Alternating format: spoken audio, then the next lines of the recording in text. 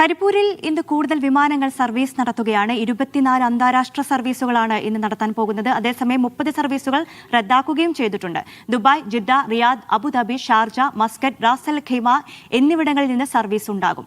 കഴിഞ്ഞ ദിവസങ്ങളെ അപേക്ഷിച്ച് ഇന്ന് കരിപ്പൂർ വിമാനത്താവളത്തിൽ കൂടുതൽ സർവീസുകൾ നടത്തിയിരിക്കുന്നു എന്നുള്ളതാണ് ഏറ്റവും പ്രധാനപ്പെട്ട കാര്യം. കഴിഞ്ഞ ദിവസങ്ങളിലൊക്കെ വിരലെണ്ണാവുന്ന സർവീസുകൾ മാത്രമാണ് വിമാന കമ്പനികൾ നടത്തിയിരുന്നത്. എന്നാൽ ഇന്ന് ഇപ്പോൾ കൂടുതൽ വിമാനങ്ങൾ കരിപ്പൂരിലേക്ക് വരുന്നു. ഏറ്റവും കൂടുതൽ സർവീസ് നടത്തുന്നത് എയർ ഇന്ത്യ എക്സ്പ്രസ് ആണെന്നാണ് നമുക്ക് മനസ്സിലാക്കാൻ കഴിയുന്നത്. അത് മസ്കറ്റിലേക്കാണ് ഏറ്റവും കൂടുതൽ സർവീസ് ഉള്ളത്. പിന്നെ റിയാദിലേക്ക് 4 സർവീസുകളുണ്ട്.